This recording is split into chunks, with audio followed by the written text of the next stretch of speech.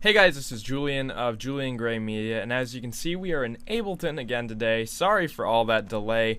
I was in Delaware last weekend because I went to Firefly Music Festival, saw Porter Robinson and Deadmau5. Churches was there, ton of other acts. It was really awesome. I don't want to get into that in this video. I also was in LA before that, and if you want to check out my series on videos in LA, you can click on the link above me right now, and you can check out that video series. But without any further ado, let's hop right into this sound design tutorial here. Essentially, if you guys have been following my channel, I did a video a while back on making a progressive house pluck sound similar to that of Porter Robinson, Eric Prydz, Cascade, or Deadmau5. That video got a very positive response by you guys, and you guys have been asking me to do more sound design tutorials. So today I want to discuss a sound that a lot of people don't wrap their heads around, and something that took me a long time to learn how to do well. The sound we're going to be working on today is a pad. I'm not going to be making a single sound. I'm more so going to give you tips on what makes a good pad and what makes a pad sound lush and big. So as you can see in Serum here in Ableton, I'm running the LK Ableton Skin. As you can see, it's all black and blue, similar to the Serum layout. It's by the same guy who did the Serum UI. That's a side note. Here is Serum, and as you can see, I have a custom pad loaded here. Let me give you a few notes.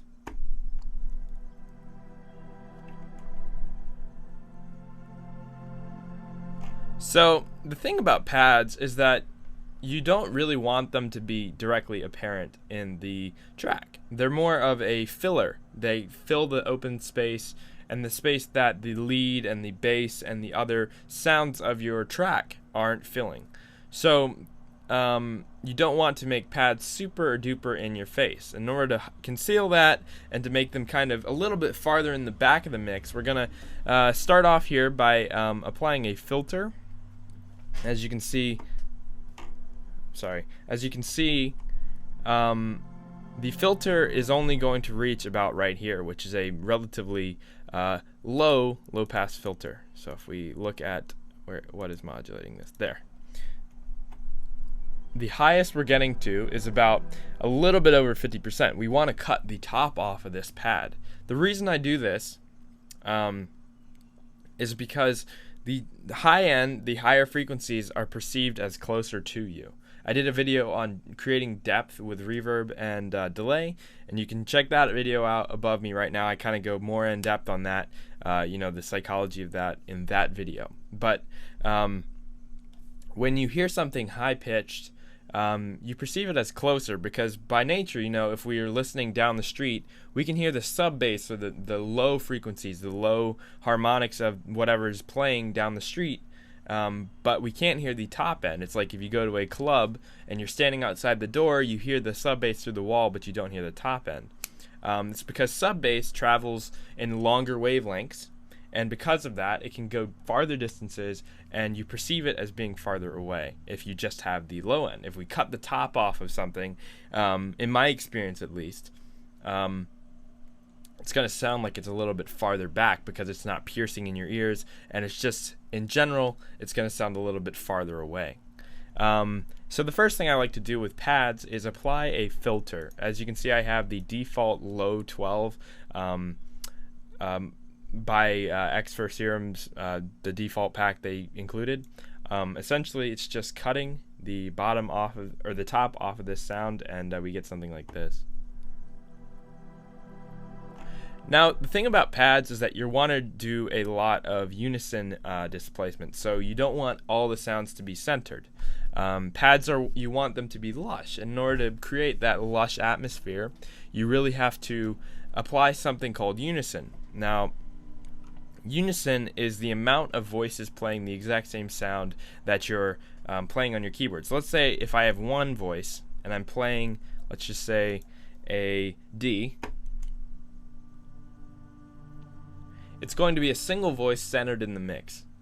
And as we start to add more and more voices, you can see they start to spread out a little bit, and that's what the detune is for. So essentially, when you're turning up the unison, you're taking that single voice and you're adding more and more to them, and you're adding more and more instances of the same sound, and you're detuning them slightly according to your detune knob. So there's a visual cue here. If we look right here, the single voice is in the center. It's a yellow line. But if we turn it up to 2, it becomes 2 voices. And now they're very far apart because the detune is far apart. So if we play that now, it's going to sound really out of tune. Let me open up this filter so you can hear it better. Now if we reduce that detune, we start to get a more on-key sound. But then you start getting phasing problems because the 2 voices are doing the exact same thing.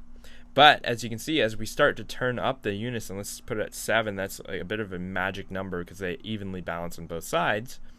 We can start to spread the detune out and the pad sounds bigger, all the while keeping that in-key sound. We don't want to push it too far so that we don't get inharmonics, but we want to spread it enough that all the voices are doing something a little bit different so we get a little bit of a stereo spread.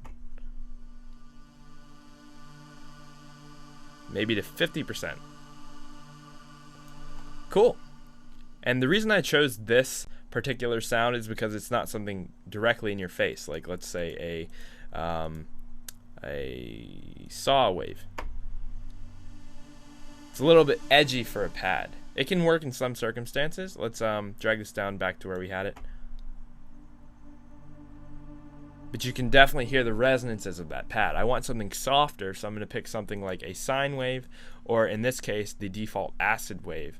Here's the sine wave, which can work equally as well. But you want to pick rounded sounds because you want the sound to be lush and smooth instead of something sharp like a triangle, square, or saw wave. That's just my take on it. Some people do square pads and saw pads. It just depends on what you're going for and what the track calls for. So we have this, as you notice, at the default octave range. So if we play, let's see, what are we playing here? If we go to the note, if we play a C or a D3, Serum is going to play a D3. If we turn this up to 1 octave up and we play a D3, right here in the bottom here, Serum is going to be playing a D4. So we're going to utilize this in a moment. So as you can see, I already configured the second oscillator to be doing something very similar to the first. We have the detune set up in a way that is spreading the 7 voices out again. Keep in mind though that once you start to use more and more voices on different oscillators, you start to run into CPU problems because the more times it has to process the same sound individually, the more CPU you're going to be using on your computer. But as you can see, I have done a very similar setup to the first oscillator here. I've used a rounded waveform. Let's just play that solo. But as you can notice, I have turned the octave up 1 because we want to layer it. If it's in the same octave, it's not going to be as spread out. So let's just give this a play.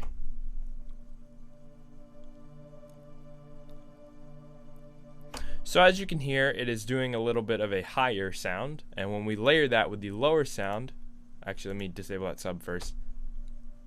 There's the higher end. And here's the lower end. And when you layer the 2 together, you get something a little bit more full. Now, as I mentioned before, I have a sub oscillator doing a very similar thing. We're doing a, it looks to be a triangle wave. No, actually that's a saw wave, excuse me. And we are doing a -1 octave because we want to again layer. So we have a common trend here. We have 0, which is playing that D3. We have D4 on the 1, and we're having a D2 on the sub oscillator. So when all 3 are playing together, we get something a little bit softer. Now when you're using more than 1 oscillator, you want to enable them here. This means if I have this checked, oscillator A is going through the filter before it goes out. So if I disable this, it's going to bypass that filter. That's not what we want because we want to cut off the top of everything in the mix. Now, if you noticed when I had the filter open, there's a little bit of edge to the top end of this sound. That's because we have the noise oscillator doing a little bit of a breathy tone. Right here, I tend to layer a little bit of noise or ambient sound to my pads to give them a little bit more of a lush feeling. If we play this back now with the filter open, we can hear that. Just disable that noise and re-enable it.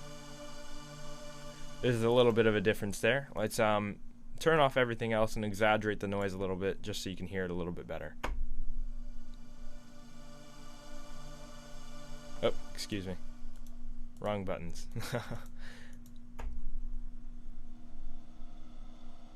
So that slight H breathy sound, the top end noise, is adding a little bit of character to the top end, giving a little bit more ambience.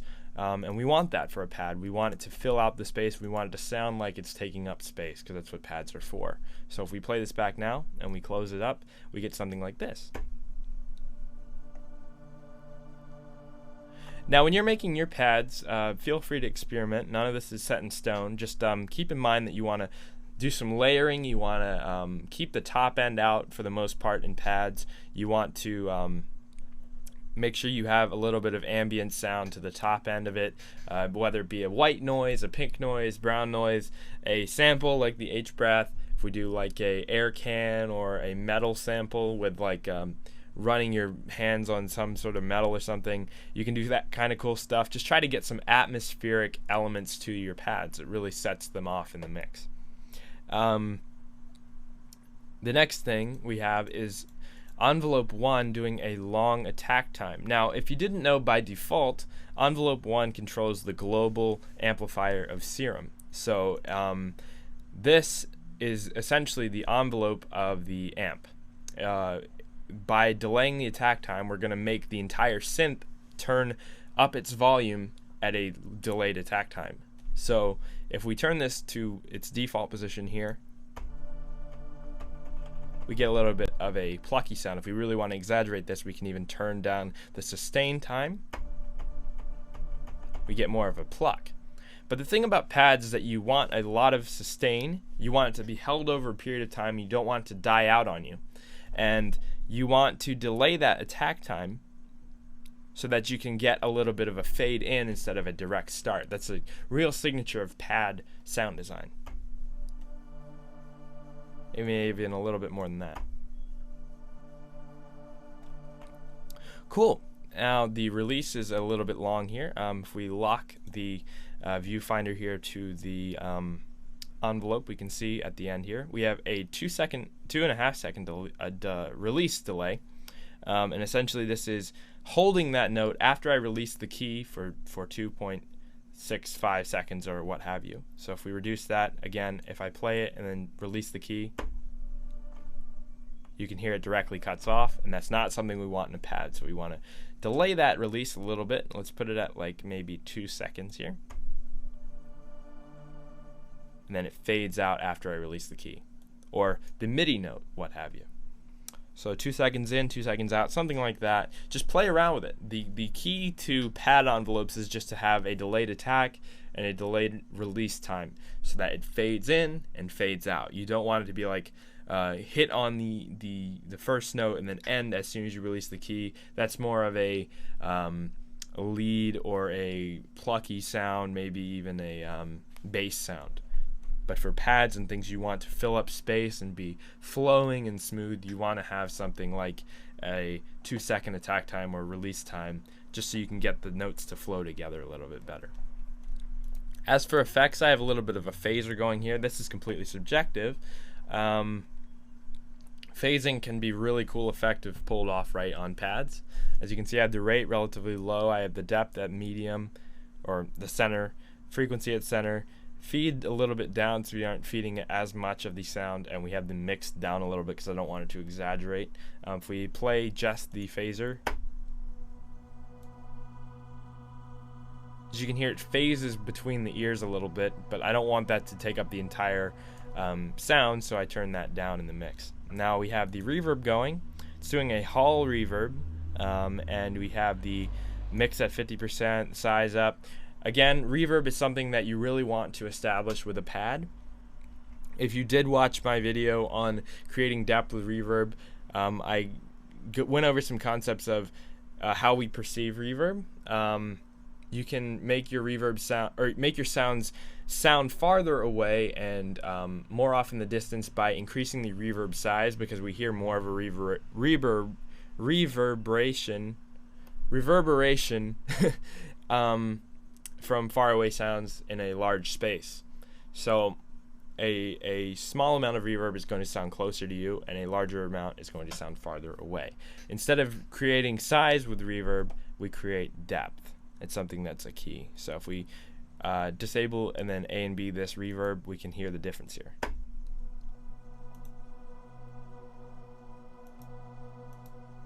Adds a ton of dimension to the sound. Another effect you can play with is the hyper dimension sound. Hyper essentially splits the sound playing into multiple voices again, and separates it over a different unison, again, like we had with the voices on the oscillator, but we aren't going to get into that. And then the dimension just creates a sense of dimension within the sound. But again, this pad in particular I don't think needs it. So there's some basic concepts on pads, the basis of pad sound design. One other tip I have for you is when you're using pads, you don't want to use single notes. So if we have a single note playing, let's just go here. The basis of pads is chords. You want a chord playing because you want more atmosphere, and chords create a bit of dimension to your sounds. And when you start layering chords in a pad, it sounds a lot better, in my opinion, than just doing a traditional single note melody. So let's just play this back here.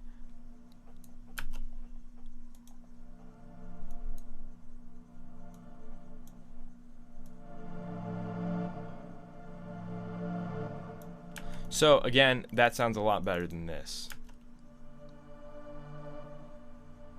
And that's just one more final tip I have for you. So let me know if this video helped you. If you need to learn something about another type of sound, whether it be a pluck, a pad, a bass sound. Not too much into the dubstep stuff. I'm not big on that. And when I say I'm not big on it, I mean I'm not particularly, that's not my expertise. It's not that I dislike it. But if you want to know how to make a sound, or if you need help and you want my opinion on things, let me know in the comments below. Any questions you may have about pads, creating your own pads, sound design in general, and leave a like if you like this video. If you didn't, give it a dislike and let me know again why in the comments below. If there's something that I did wrong, put in the comments and I'll address it. So thank you for watching. I am Julian of Julian Gray Media. I make a video every Wednesday and Friday night. I'm on Eastern time, so it can be a little bit late for you other guys in the world. And again, I am Julian of Julian Gray Media. Make sure to subscribe to the channel if you want to see more content like this. And I will talk to you guys next time. Bye-bye. Next time. Bye-bye. Next time. Bye-bye.